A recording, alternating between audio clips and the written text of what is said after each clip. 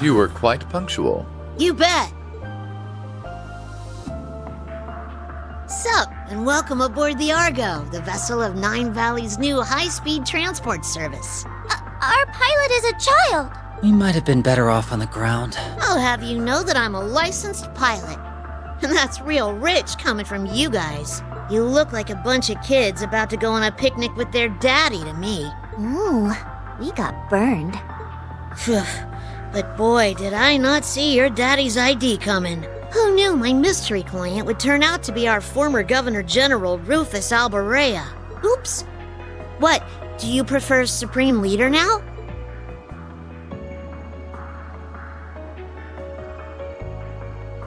Please, if I knew I'd be repeating myself so soon, I would have gathered my audience. That title is not mine. But then... I'm confused. Who's Rufus? That's this guy's real name. C was a nickname, so it's Rufus, huh? I think it's much cuter than C. I give it 85 points! Ooh, he kicked your butt, S. Why would I care when I don't even get what criteria she's basing these on? So are you famous then, Rufus? Everyone seems to know who you are. He's not just famous, he's super famous.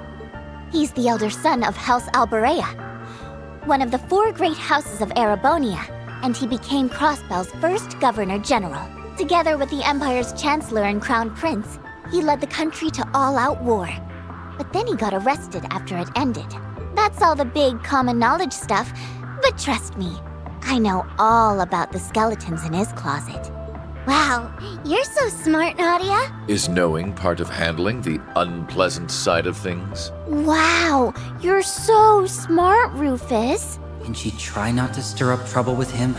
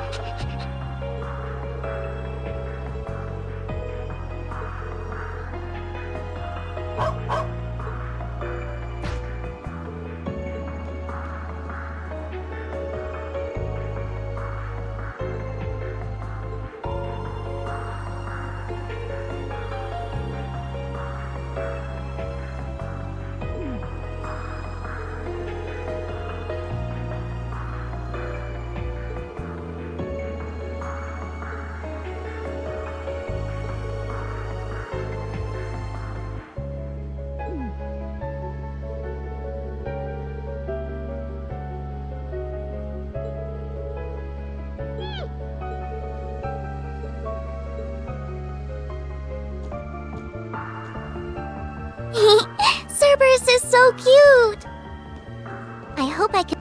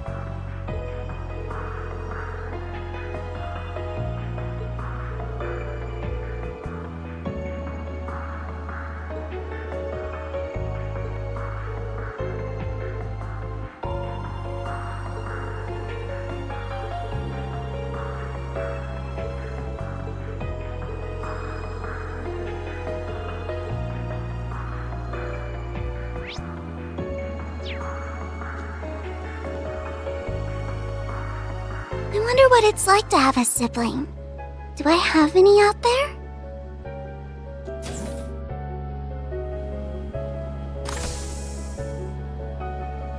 I'm afraid this side of the deck is occupied.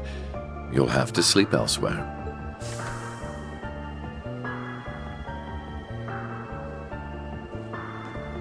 I wasn't planning to sleep out here. Oh? Then what's brought you outside? I wanted to go stargazing. What about you? I wanted to take in the night air. Since we're both here, there's something I'd like to ask. What is it? I know that you're a famous man, but are you a good man or a bad man? Bad, though that would be putting it mildly. So very bad? Very, very bad. I have used anything and everything to advance my interests, be it titles, fame, or even those pure of heart. There is little point in feigning a moral compass when human lives hold no value to me, or acting chivalrous when all that does is hinder me. Do you still feel that way? I do. I'm using you, Swin and Nadia, to bring my designs to fruition, am I not? I'm also using those we met in the capital, like my brother. None of that sounds like something someone good would do, yes. You really are a very bad man. I'm glad we could come to an understanding. So, armed with that knowledge, what do you intend to do? Am I supposed to do something? I suppose a doll has no reason to care if a human is good or evil. Being a doll has nothing to do with it. But were you hoping I would admonish you? Or perhaps comfort you? Of course not. Okay, then I still intend to do nothing. Whether I praise you for your deeds as a hero, or chastise you for your misdeeds as a villain, it won't change you at your core. You are who you are. Just how does humanity look through your lens for you to think in such simple terms?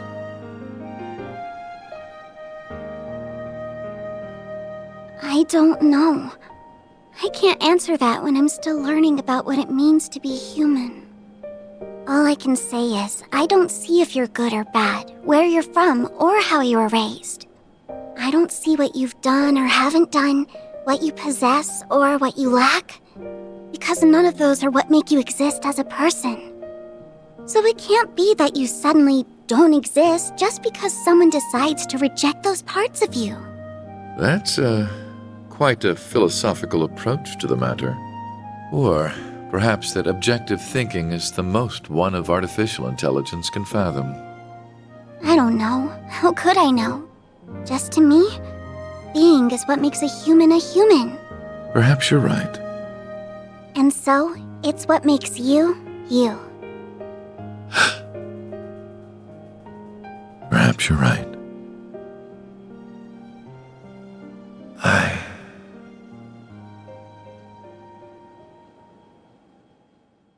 I don't remember the exact moment I began to search for meaning in my life. My father elected to raise me as his own son, irrespective of the fact I was born because his wife laid with another man. He did so with the same ease he rejected his flesh and blood because he was born from a common woman.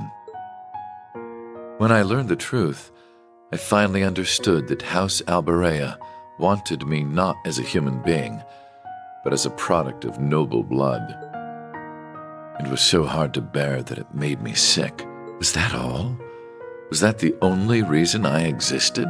I refused to accept it. I couldn't take it. And as I turned my eyes from this terrible truth, a new, more terrible thought dawned upon me. If that was not the reason I existed, then what was?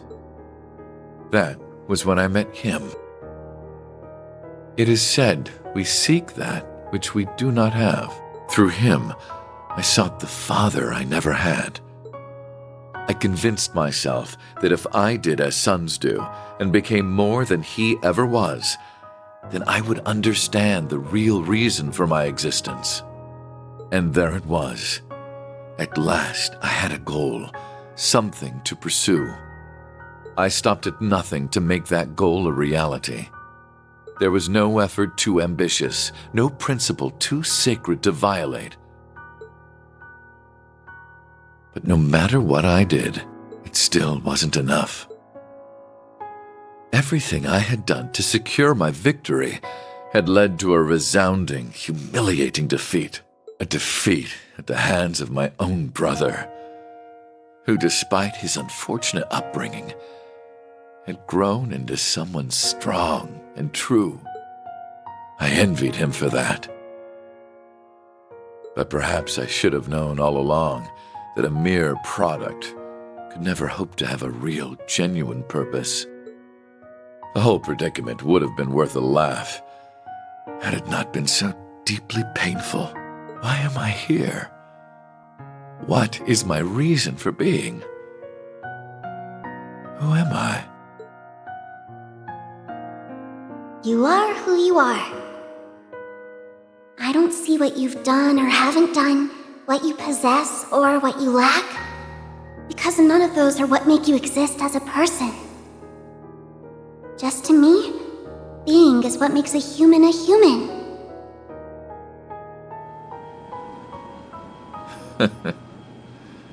Such nonsense.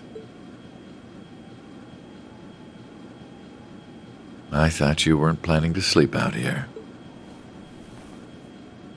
I'm unsure if dolls are capable of catching colds, but I believe you've taken in the stars enough for one night.